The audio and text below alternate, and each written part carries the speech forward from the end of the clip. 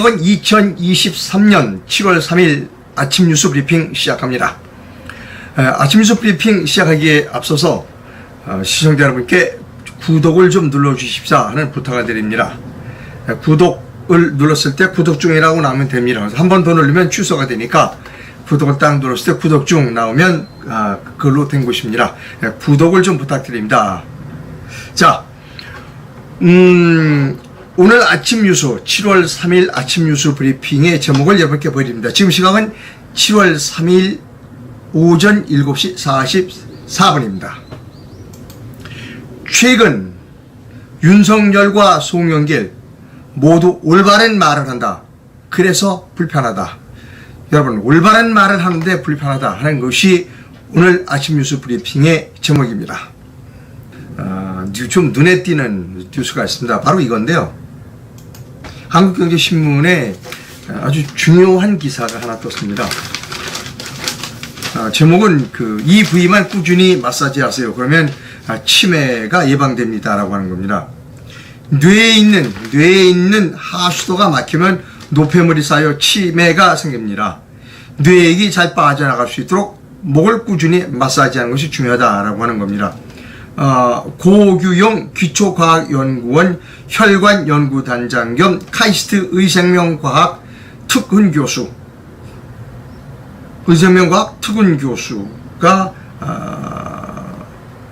이분 성함은 고규용 IBS 혈관연구단장입니다.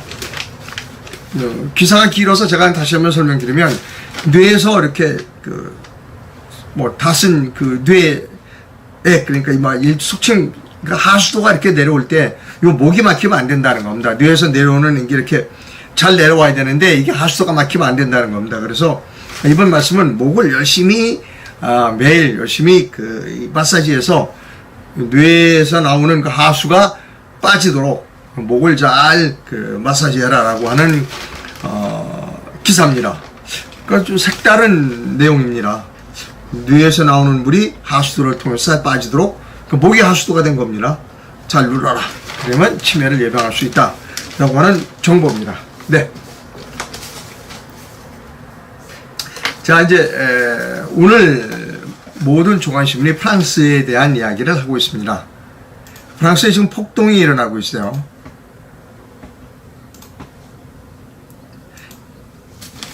조선일보 제목입니다. 이민자들이 빈곤, 저항력에 불만이 쌓였다. 그래서 지금 그것이 이민자들이 화약고가 되고 있다.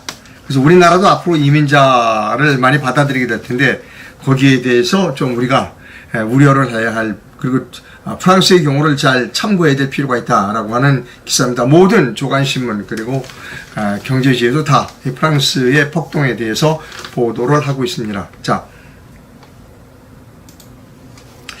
프랑스의 폭동이 난 지역을 여러분께 지도로 보여드립니다.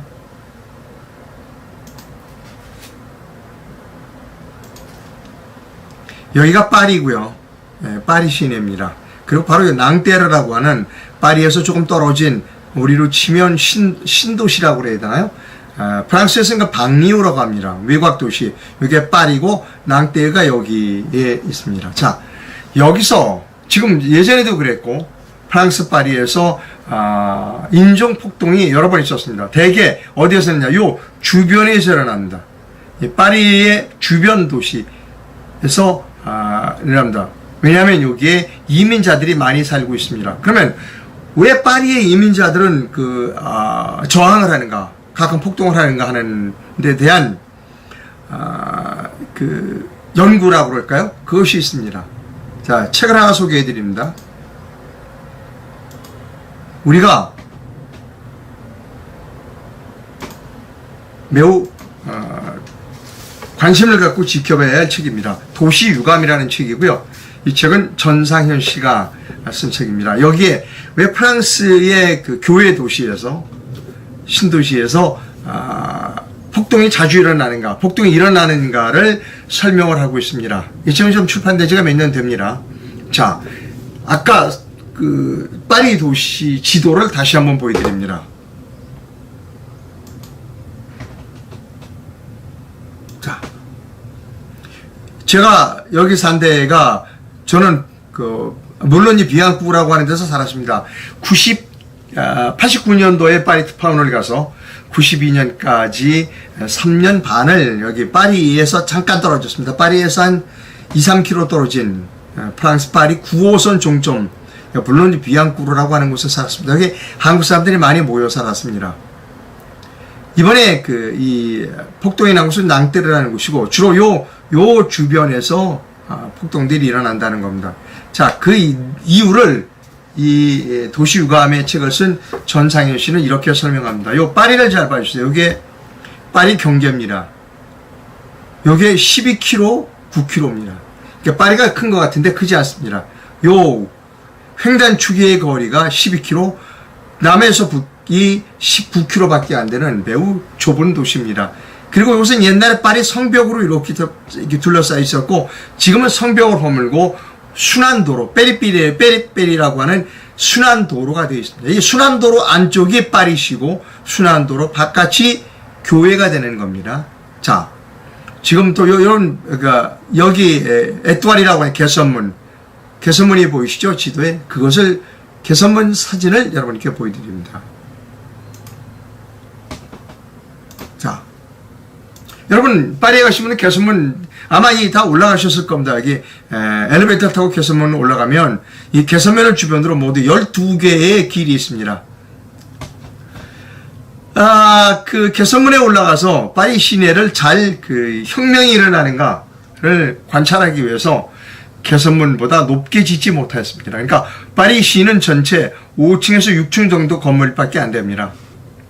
굉장히 아름답습니다. 파리는 굉장히 아름답죠. 왜냐하면 아주 도시계획이 잘 됐습니다. 그런데 도시계획의 목적이 높은 곳에서 이 어느 곳에서 폭동이 나는가를 잘 알기 위해서 이렇게 개선문보다 높게 만들지 못했습니다.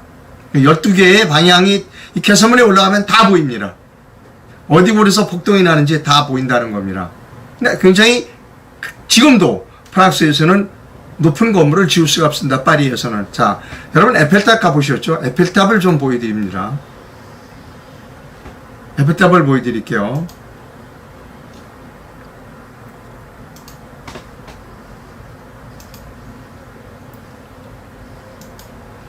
여러분 에펠탑입니다. 이 에펠탑 아마 이 높은 데서 찍었는데 높은 데서 이렇게 에펠탑을 내려다보고 찍었습니다.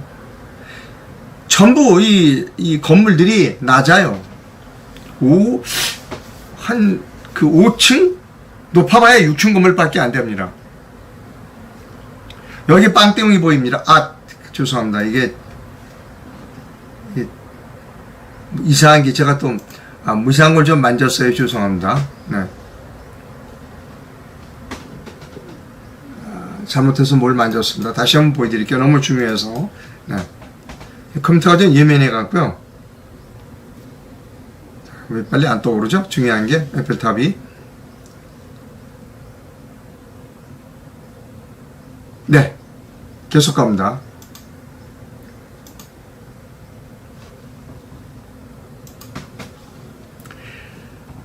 매우 아름다워요. 그래서 부티크 도시라고 부릅니다. 부티크 도시. 자, 문제는 뭐냐면 이 부티크 도시는 이 안에 살고 있는 사람은 매우 아름다운 도시에서 사는 겁니다. 그러나 낮다 보니까 이 재건축을 안 했어요. 재건축을 안 하니까 높은 건물을 지을 수가 없었고 높은 건물을 지을 수 없으니까 부자 아니면 파리 시내에서 살 수가 없는 겁니다. 부자만 파리 시내에 사는 아주 부티크 도시가 돼버렸어요. 그럼 어떻게 되느냐? 이 도시 산업이 발달하면서 요즘 산업은 공장 산업이 아닙니다. 도시 산업이에요. IT 정보 산업 그런 아주 도시 산업입니다. 근데 도시 산업이 발전해 있는데 도시 산업이 발전을 못한 겁니다.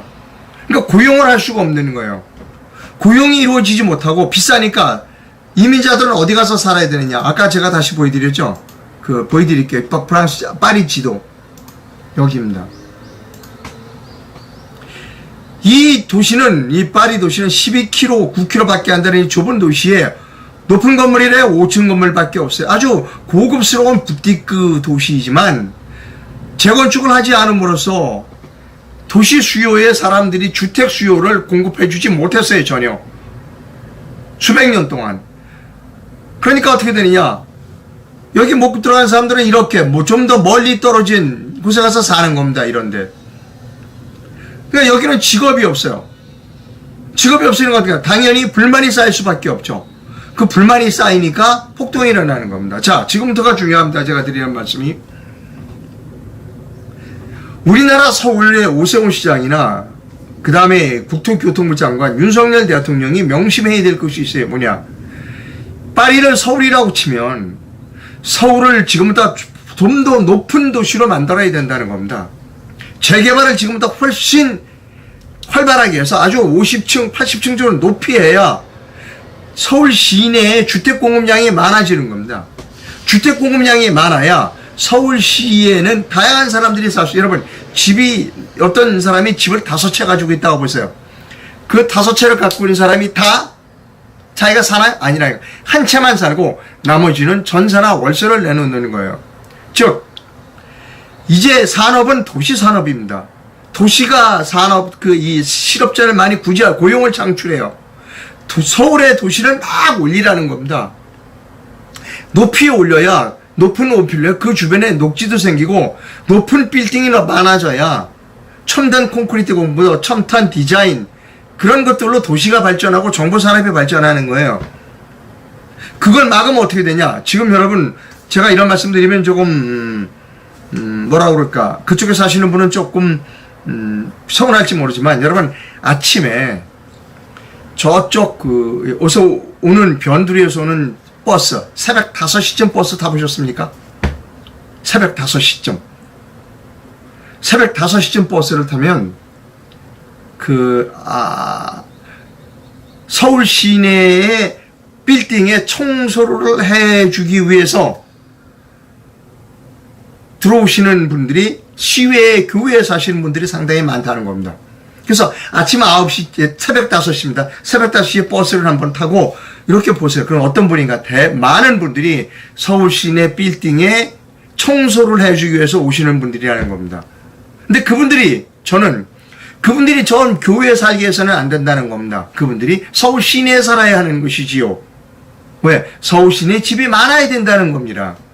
그래서 서울 시내를 재건축을 활발하게 해서 높이 줘라.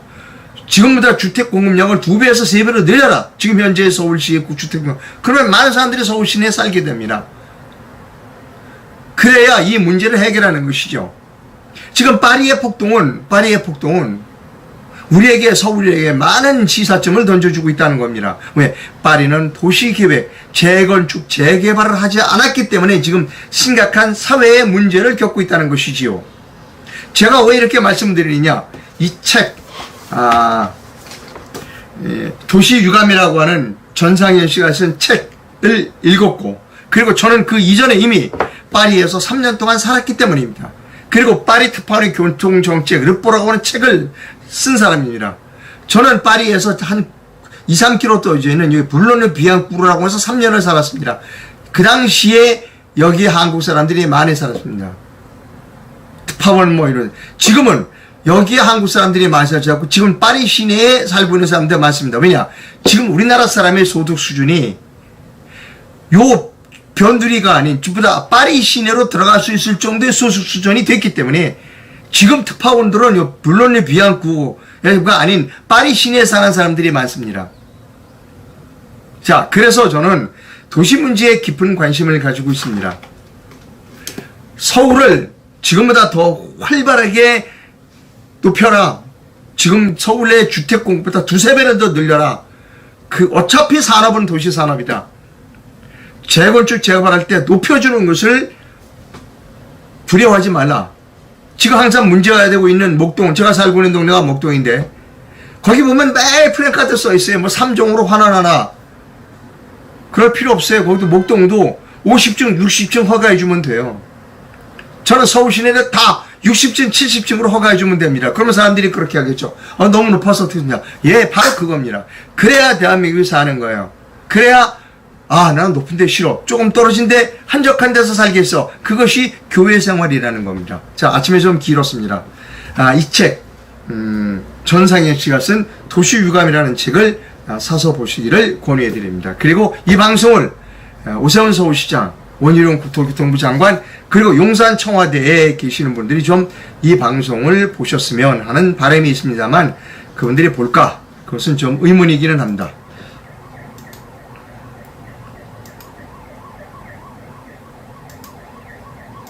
자, 그 다음 뉴스로 갑니다.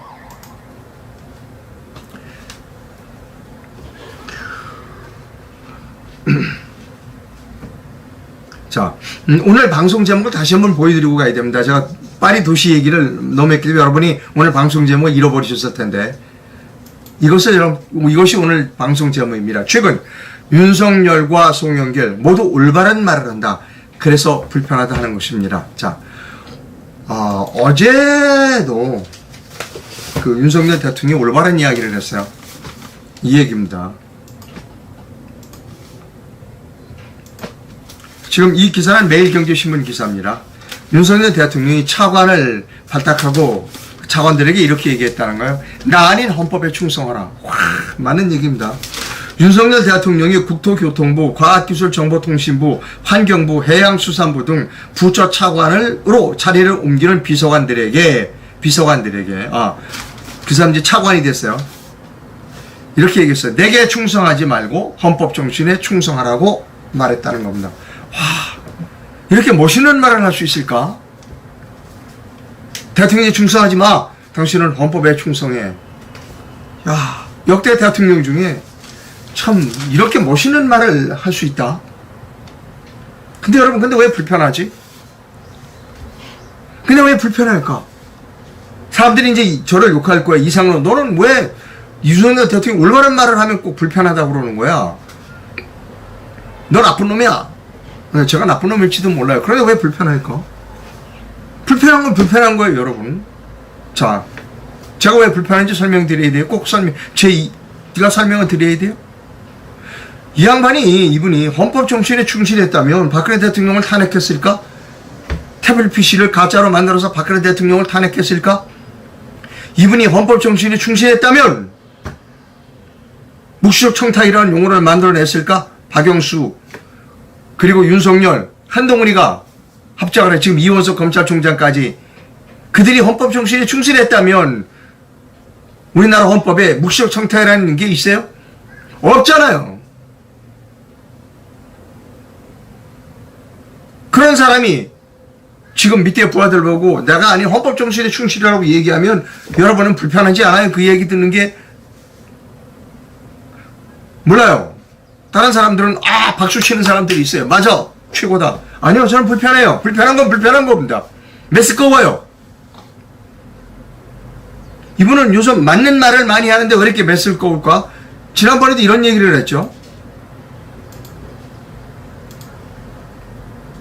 조직적으로 허위 선동하는 세력이 있다고 얘기했어요. 맞아, 이 말도 맞아. 맞는 말이에요. 우리나라는 조직적으로 허위 선동하는 세력이 많아. 그래서 대한민국을 위협해. 대표적인 사람이 누구예요? 지금 윤석열의 생각은 문재인 세력들이라고 그럴 거예요. 그쪽에서 반발하니까 또 아니라고 그랬어. 문재인은 얘기하는 건 아니라고 그랬어. 하지만 조직적 허위 선동 세력이 대한민국에 존재해요. 촛불 세력, 광합불 세력, 그거 다 조직적인 허위 선동 세력입니다. 그런데 허위 선동을 누가 했어? 본인이 했어요, 본인이. 태블릿 PC 허위로 만든 사람이 본인이야. 박영수하고 같이. 그래서 불편한 거야. 올바른 말을 안 해. 왜? 대통령이 올바른 말을 하는데 계속 불편해 할까? 여러분, 제가 이상로가 나쁜 사람이에요? 이상로가 뭐가 아주 나쁜 사악한 사람이라 대통령이 올바른 말을 하는데 불편해?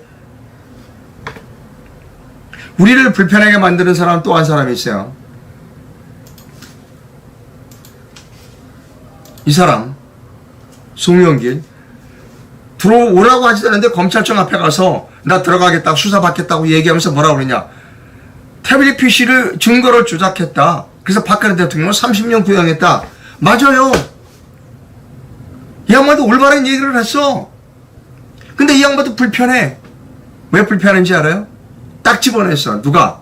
이 양반의 말이 왜 불편한지를 이동환 변호사가 딱 집어서 얘기했어요. 이동환 변호사의 페이스북 글을 여러분께 보여드립니다. 이동환 변호사는 아주 날카로운 분이에요. 이동환 변호사의 글입니다. 송영길은 남의 말을 빌려서 태블릿 PC 조작을 이야기하니 파문이 일지 않는 것이다. 그러면 제가 잠깐 물을 마시겠습니다.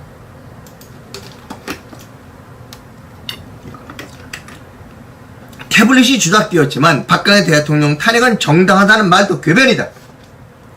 본인 스스로 장난을 치니 국민들 반응이 싸늘한 것이다. 시작부터 아웃이다 라고 하는 글을 이동환 변호사가 올렸습니다. 저는 이동환 변호사 매우 존경합니다. 젊은 변호사지만 생기기도 잘생겼어요. 여러분, 저 이동환 변호사한테 다음번 대선에 총선에 4월 10일 총선에 출마하라고 압력을 좀 넣어주십시오. 이런 분이 국회의원이 돼야 돼요. 자, 다시 본론으로 돌아와서 불편합니다.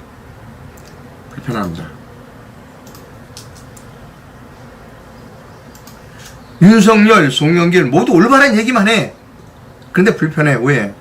자신들의 과거의 잘못에 대해서는 한마디도 입도 뻥끗 안 하니까 불편한 거예요. 윤석열 본인이, 제가 여러 번 얘기했어요. 수십 번 얘기했을 겁니다, 아마. 대통령 후보로 나왔을 때부터 제가 얘기했어요. 털고 가라! 털고 가라. 여러분, 제가 대통령 후보인데요. 제가 탄핵 과정에서의 저의 잘못을 부인하지 않겠습니다. 굳이 회피하지 않겠습니다. 그러나 국민 여러분께서 저를 대통령을 만들어 주시면 제가 결제 해지하겠습니다. 라는 이야기를 하라고 수십 번 얘기했어요. 안 하고 지금까지 가는 겁니다. 그리고 전부 지금 자기 주변에 누구 탄핵 세력들을 때리고 있어요. 뭐 장제원이, 뭐 권성동이, 그리고 자기 주변에 전부 같이 태블릿 PC로 조작했던 세력들을 데리고 있어요. 한동훈이, 이원석이 뭐 이런 사람들 데리고 있어요. 그리고 같이 태블릿 PC를 조작해서 국정농단이라고 대통령을 무시적 청탁이라고 끌어내려서 20년 형을 살게 한 그 세력들, 그 두목이 박영수를 지금 보호해주고 있어요. 여러분 불편하지 않아요? 송영길이가 변희재가 쓴 책을 3번인가 뭐 읽었대요. 뭐 3번씩 읽어요? 난 안 읽어도 아는데. 그 당시에도 알았어요. 태블릿 PC가 가짜라는 걸 송영길도 알고 이재명이도 알고 많은 좌파들이 다 알고 있었어요. 그런데 이제 와서 태블릿 PC가 가짜다, 조작했다, 윤석열과 한동훈이가. 그럼 뭐야? 이 사람이 제일 먼저 할 일은 박근혜 대통령에게 미안하다, 추서원이 석방하라, 탄핵은 잘못됐다는 이야기를 해야지요. 안 해. 그 얘기는 안 해. 그러면서 윤석열 대통령이 한동훈이 태블릿 PC 조작해서 박근혜가 30년 구형했다, 그 얘기만 하고 있는 거예요. 그래서 불편한 거예요. 이 두 사람의 말이 최근에 들어서는 올바른 말 경쟁하고 있는 사람들 같아요. 누가 더 바른 말 잘하나, 누가 바른 말 잘하나 경쟁을 하고 있어요. 이 사람들이 바른 말 할수록 불편한 거예요. 모르겠어요, 여러분들은 박수만 칠지 몰라요. 하지만 저는 박수만 칠 수 없던 매우 불편한 마음을 가지고 있다는 거예요. 아니, 일국의 대통령이 아주 훌륭한 말을 해.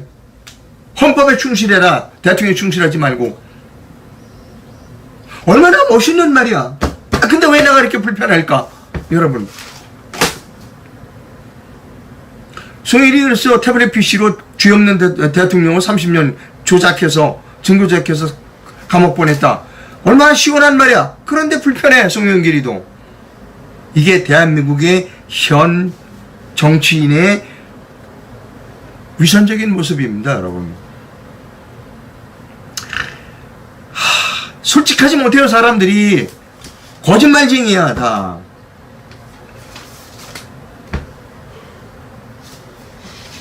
대표적인 거짓말 하나 또 보여드릴까요? 근데 이 거짓말에는 아무도 대들질 못해. 그게 문제야, 여러분.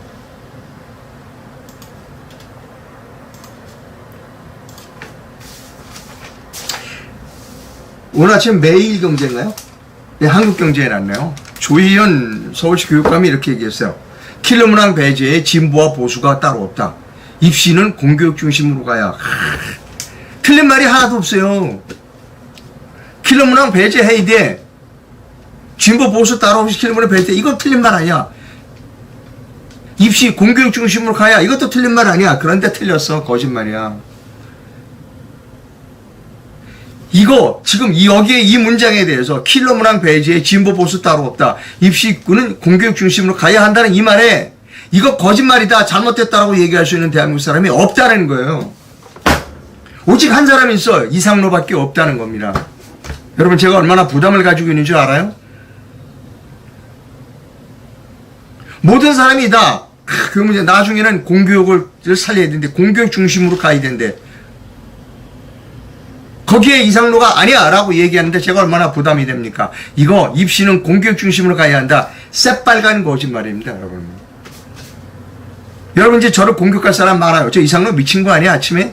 예, 저 미치지 않았습니다. 저는 입시 문제에 대해 저는 대학교 교수까지 했어요.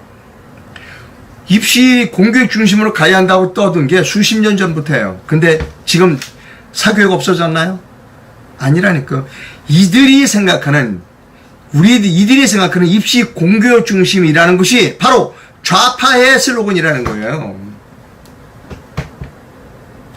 공교육이 뭐냐? 좌파가 생각하는 것을 공교육이라고 생각하는 겁니다. 학생들이 생각하는 공교육과 좌파 선생님들이 생각하는 공교육이 달라요. 즉, 지금 여기에 공교육을 살려야 된다고 중심으로 가야 된다고 떠드는 거, 이렇게 좌파 교육을 더 이념화해, 좌파 교육으로 더 가야 된다. 맞아, 좌파 교육을 가야 된다고 하는 거예요. 여러분, 무엇에 대한 반성이 없었다? 공교육 중심으로 가야 된다. 수십 년 동안 입으로 떠들었지만 과연 공교육이 무엇인가에 대해서 아무도 얘기를 하지 않았다는 거예요. 우리가 얘기하는 공교육은 좌파 교육이 공교육인 겁니다, 여러분. 공교육으로 가야 돼요. 공교육 얘기하지만 공교육이 무엇인가에 대해서는 연구하지 않았어요. 이들이 얘기하는 공교육은 좌파 교육이 공교육이에요. 자, 이것도 배워야 돼. 인성교육이야. 이것도 배우고, 이것도 배우고, 이것도 배우고, 이것도 배우고, 이것도 배워야 돼. 학생들에게 다 이거 배워. 이거 중요한 거야. 공교육을 살려야 되니까 학교 선생님 덮어봐야 돼. 양보를 안 해. 어떤 선생님도 양보를 안 해. 과목만 들어놔.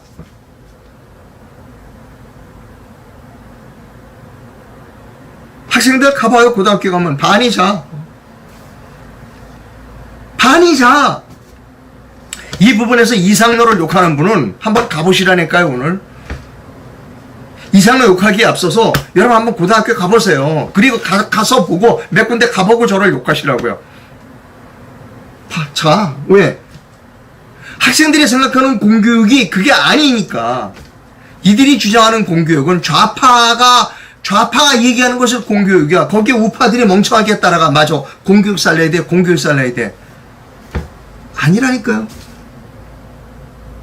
지금 어떻게 되냐. 지금 교육부 직원들 난리 났어. 저 학원 돌아다니면서 무슨 사교육 단속한다고 다니고, 국세청 학원 가서 학원 때려잡겠다고 난리고, 공정거래위원회 학원 때려잡고 난리고, 좌파들 박수쳐. 와우. 최고. 윤석열 최고. 왜? 좌파들은 살판 나서 좀 더 공교육을 해야 되니까 예산도 더 주시고요. 교육부 관리 덮어봐야 돼. 지금 저기 학원 가려면, 학원 가서 단속하려면. 아닙니다, 여러분. 아니에요. 제발 속지 마세요, 공교육에.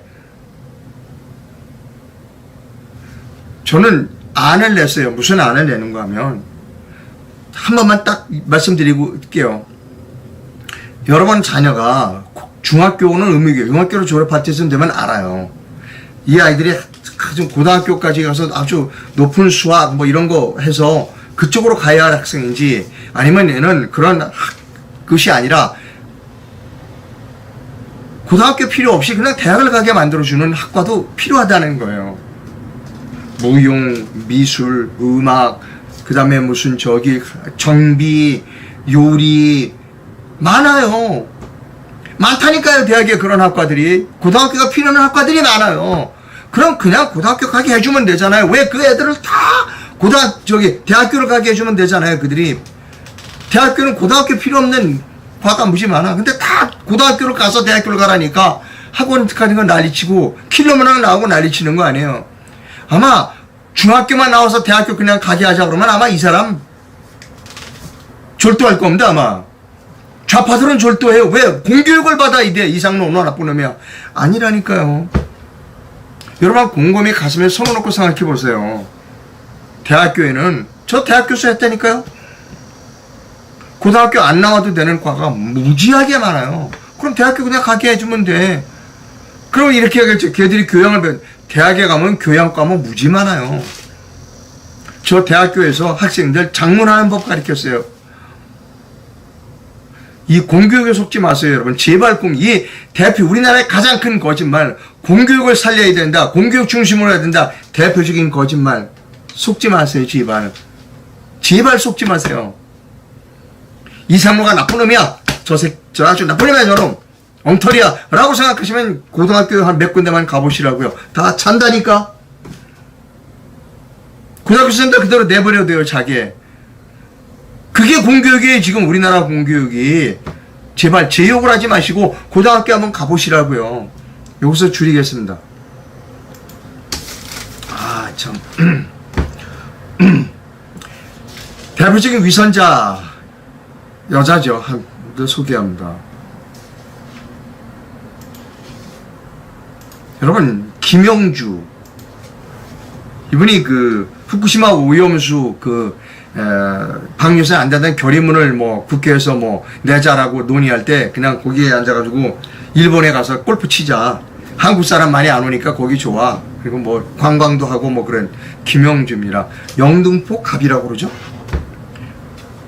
이런 기사가 있었음을 시청자들이 페이스북에 올렸어요. 2017년 8월 11일 기사입니다. KBS 기사인데요.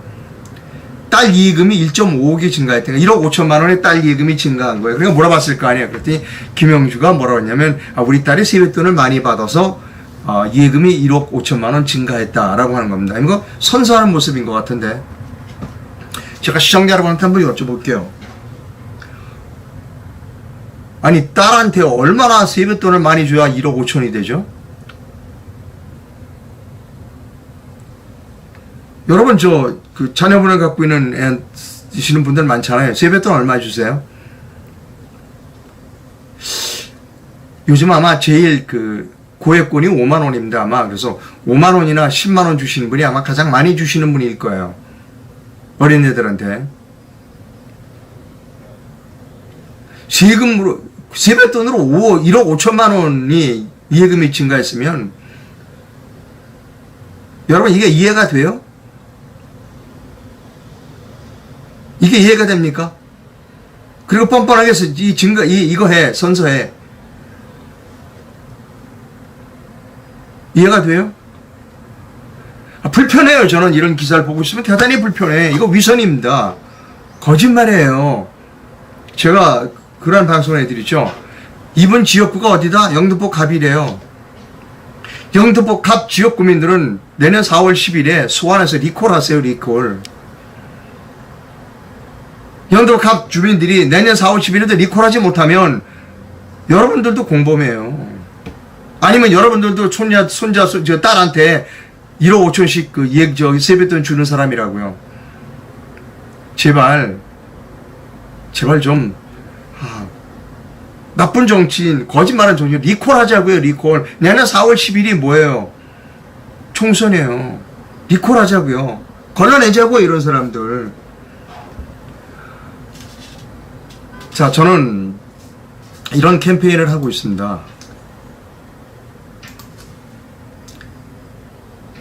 제2의 4월 혁명에 앞장서자는 겁니다. 그들에게 또 맡길 수 없어요. 아까 딸이 세뱃돈을 받아서 1억 5천만 원 예금이 증가했다는 사람, 이쪽이나 저쪽이나 다 똑같다니까요. 여러분, 김남국 코인 어떻게 된지 알아요? 김남국 코인 지금 잊어버렸어요. 다. 왜? 여야 할 것 없이 코인 로비를 받았을 것이다 라고 게임 산업 회장, 학회인가요? 게임 회장이 얘기하잖아요. 여야 다 전수조사하자. 그때 안 하고 그냥 넘어가는 거 아니에요. 김남국 코인 이미 조선말 시대로 다 사람들이 잃어버렸다니까요.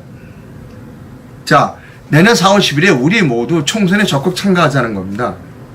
특히 유튜브를 이용해서, 페이스북을 이용해서 열심히 애국 활동하시는 분에게 이제 제발 논평과 비평을 끝내자는 겁니다. 행동하지 않은 지성은 위선이고 앞장서지 않는 자는 비겁한 사람입니다. 그리고서 계속해서 논평과 비평만 하는 사람은 비겁한 사람입니다. 그리고 노예 집단의 반장일 뿐이다 라고 하는 것이 제 주장입니다. 저는 지금 하루에 한 번 또는 두 번을 찾아가서 집에까지 찾아가서 우리 모두 손을 잡고 내년 4월 10일 총선에 나가자. 우리가 바꾸자. 왜 대한민국엔 저런 그 위선자들밖에 없느냐. 딸한테 1억 5천만 원 그 세뱃돈을 주는 저런 사람들만 있느냐 대한민국에. 우리가 나가자. 한 명만 나가면 안 된다. 한 수십 명 나가서 으쌰으쌰 하자. 그래서 제가 막 찾아가서 권유하고 어떤 데 협박도 하고 푸시도 합니다. 아까 보여드렸죠? 이동환 변호사. 아주 훌륭한 분입니다. 생기도 잘생겼어요. 여러분 이동환 변호사에게 전화해서요. 내년 4월 10일에 꼭 총선 출마하도록 해주십시오. 그리고 여러분들이 옳다고 생각하는 분. 저는 오건호 대표도 지난번에 만나서 출마하라고 얘기했어요. VON의 김명 대표도 출마하라고 제가 얘기했습니다. 그 밖에 많은 사람들에게 제가 출마하라고 얘기했어요. 누구는 집에까지 찾아가서 얘기했어요. 어떤 분은 난 글쎄 준비가 안 돼서. 아니요. 누가 준비돼서요. 희생할 용기가 없어서 그런 겁니다. 희생 없이 되겠어요? 지금 대한민국에. 그리고 내년 4월 10일 이후에 또 논평만 비평만 하고 앉아있을 거예요. 희생하지 않고. 저는 아니라고 생각합니다. 이제 태극기 들어서 수백만 명 광화문에서 태극기 들어서 어떤 결과를 얻었나요? 이제 혁명밖에 없어요. 혁명. 근데 탱크도 없고 총도 없잖아요. 그럼 우리가 할 수 있는 혁명이 뭐예요? 선거혁명이라는 겁니다. 사람들은 그렇게 얘기해요. 중앙선거관리위원회에서 부정선거 할 텐데 그 의미가 없다. 예. 부정선거를 가장 막는 가장 확실한 방법은 입 후보자 하는 거예요. 입 후보자. 후보자가 일전에 나서 막아야 가장 확실하게 맞는 방법입니다. 예. 여러분 저는 오늘도 만납니다. 오늘도 만나서 같이 손 붙들고 가자. 내년 4월 10일 라고 하는 주장을 하고 있습니다. 광고합니다. 우리나라에서 형사사건을 제외한 나머지 사건의 10,000건 정도가 대법원에서 쓰레기통으로서 버려집니다. 읽어보지도 않아 대법관들이. 그것을 심리불속행위라고 합니다. 여러 번 제가 방송해 드렸어요. 그것을 막자라고 하는 의미의 사법제도 개선을 위한 세미나가 열립니다. 주제 발표는 문영식 변호사가 하시고요. 제목은 대법원 심리불속행, 상고 이후 불기재, 무선고 상고 기각 판결, 남발의 위헌 및 위법에 관하여 라고 하는 제목의 주제 발표가 있습니다. 제가 어제 날짜를 좀 잘못 만들었어요. 7월 13일입니다. 여러분 다음 주 목요일입니다. 제가 어제 23일 했는데 그것은 잘못 말씀드린 거고요. 다음 주 목요일 2시 서울지방변호사협의관 1층 세미나실입니다. 여러분 많이 오세요. 그 독립언론인 유튜브 방송하시는 분들 와서 생방하시기 바랍니다. 많이 오세요. 이거 사법부를 개혁을 하는 첫 번째가 심리불속행위입니다. 1년에 10,000건씩 집어던지는 거. 그리고 자기들은 정관 이유를 받기 위해서 일부러 이런 일을 하는 거. 이거 막아야 됩니다. 올바르신 그 생각을 가지고 있는 변호사분들 그리고 유튜브 하시는 분들 많이 와서 생방해 주십시오. 부탁드립니다. 저는 뭐 어제 또 여러 변호사님들에게 여기에 많이 와주십사라고 말씀을 드린 일도 있습니다. 대표장 강신업 변호사에게 메일을 보냈습니다. 강신업 변호사도 여기에 좀 와주십시오 라고 제가 메일을 보냈다라고 하는 것 여러분께 말씀드립니다. 강신업 변호사도 본인이 서울지방변호사회에 대변인으로 있을 때 심리불속행은 좋지 않은 제도다라고 말한 일이 있다 하는 겁니다. 강신업 변호사도 이날 오셔야 할 곳으로 오시는 게 좋을 것으로 저는 생각합니다. 여러분, 저는 독립언론인입니다. 제가 옳다고 생각하는 바를 여러분께 좀 강하게 말씀드리고 있습니다. 그런데 지금은 시기가 강할 수밖에 없어요. 그 제 의견에 반대하시는 분도 많아요. 계세요. 솔직히 인정해요. 그러나 대안이 없잖아요. 그분들은 대안이. 저는 대안을 가지고 있잖아요. 어떤 분은 국회를 해산해야 되는데 그 대안이 될 수 없어요. 어떤 분은 대법원을 부셔야 되는데 탱크가 없잖아요. 총도 없어 나는. 제가 낸 대안은 모두 손 붙들고 나가자. 총선에 출마하자. 부정선거 막는 가장 확실한 방법은 부정선거에 대해서 잘 알고 있는 사람이 직접 출마하는 거다 하는 겁니다. 그래서 성공해서 대한민국을 바꾸자라고 하는 겁니다. 여러분, 이상하고 올바른 방송을 하고 있으면 제게 해외에 계시는 분은 페이팔 계좌를, 국내에 계시는 분은 기업은행 계좌를 이용해서 자그마한 금액을 후원해 주실 수 있습니다. 그리고 영상 하단에 회원 가입을 해 줄 수 있습니다.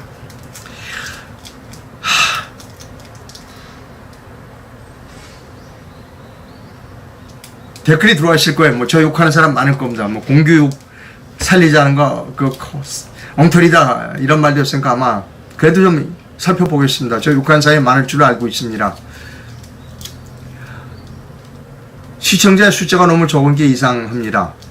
뭐 어떡하겠습니까? 뭐 제가 뭐 방송을 잘 못하니까 그런 것 같죠. 차관들도 마인드 컨트롤 하느라 고생이 많겠네요. 글쎄, 차관들도 그럴 것 같아요. 저 사람이 헌법에 충실하라고 그랬는데 자기는 5.18 정신을 헌법에 넣는다고 했죠. 아, 그렇구나. 5.18이 헌법 정신이 부합하기 때문에 그렇구나. 아, 5.18을 정신을 헌법에 넣어도 충성해야 되나요? 아, 어떤 분이 아주 날카롭게 쓰자네. 5.18 헌법 정신을 넣고 충성하라고 하면 충성하니까. 진수 4.3 사건 보상금 지금 엄청나게 뿌리고 있어요. 진수 4.3 사건도 지금 헌법 정신에 부합하는 그 이벤트였을까?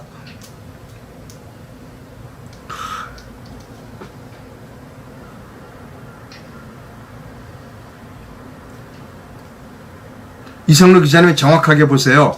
윤석열과 한동훈은 절대 부정선거 수사 안 합니다. 그러니까 불편한 거예요. 부정선거 수사 안 하면서 올바른 얘기만 해. 야, 참.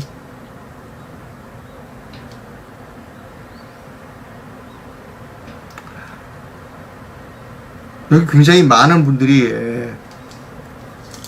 이렇게 댓글을 보내주셨고요. 너무 감사합니다. 왜 대통령께서 올바른 말씀을 하시는데 제가 불편할까요? 여러분은 저처럼 나쁜 사람이 아니니까 불편하시지는 않겠죠. 그러나 저는 불편합니다. 여러분, 불편한 건 불편한 겁니다. 내일 뵙도록 하겠습니다. 감사합니다.